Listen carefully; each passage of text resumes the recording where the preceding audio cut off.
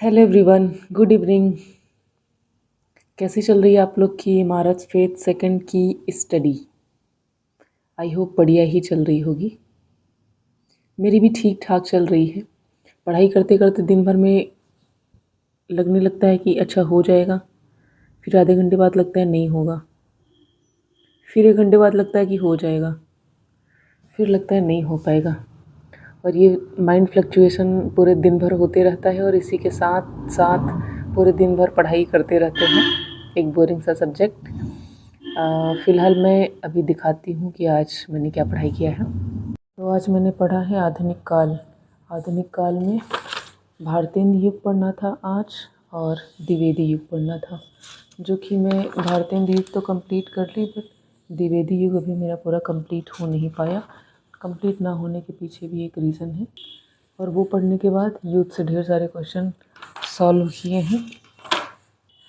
और उसके बाद ये वाली बुक तो परमानेंट साथ में रहती है, कुछ नहीं पढ़ने का मन करे तो बस यही पढ़ते रहो। इससे रिवीजन अच्छा खासा हो जाता है, क्योंकि सब कुछ शॉर्ट में दिया रहता है। कल किसी ने मुझसे कहा था कि रिसोर्सेज क्या है पढ़ाई के, तो मेरे पास कुछ रिसोर्स नहीं है भाई। एक कोचिंग ले रखा है जिसमें कि हिंदी साहित्य की क्लास ही नहीं चली है। कहा है उन्होंने कि क्लास चलेगी, बट एग्ज़ाम के पहले चलेगी कि बाद में चलेगी ये नहीं बताया है।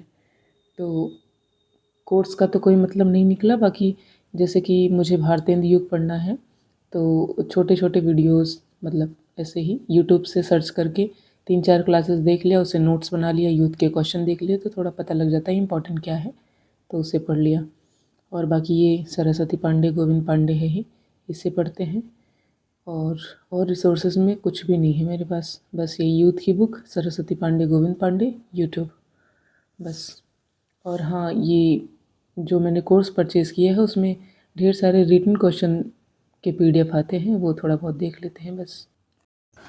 चूँकि अब 20 से 22 दिन का टाइम ही बचा है, तो उसमें अब ऐसा भी नहीं है कि भारतेंदु युग को लेकर के बैठे और 3-4 दिन तक अच्छे से स्टडी ही कर रहे हैं। तो फिर ऐसे में तो इतना टाइम ही नहीं है, तो एक दिन में 2-2 टॉपिक कवर हो जाए तो बहुत बड़ी बात है।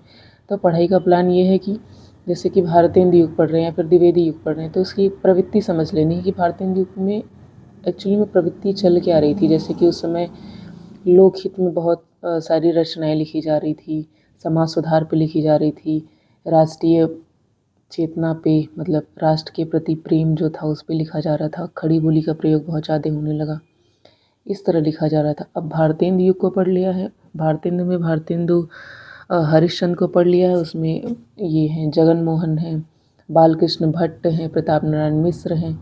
तो अब इनकी 2-4 रचनाएँ याद करनी है, बाकी प्रवृत्ति सबकी सेम सेम लिख देना है, फिर देखा जाएगा क्या होता है।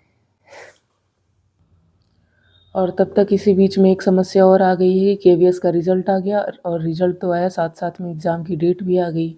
एटलीस्ट जब सेकंड मोड जब रिटन है तो थोड़ा टाइम तो देना चाहिए। ऐसे 20-22 दिन में कौन एग्ज़ाम ले लेता है? पहली बार एग्ज़ाम ही ले रहे हो रिटन का, और इतना जल्दी क्या है भाई, स्टडी करने का भी टाइम नहीं दे रहे हैं। ऐसा लग रहा है कि फ़ेल करना चाहते हैं, बस वो सामने से कह नहीं रहे हैं कि फ़ेल करूँगा, बस जल्दी जल्दी सब कर दे रहे हैं ताकि जो स्टूडेंट्स हैं एकदम परेशान हो के कुछ ना कर पाएँ।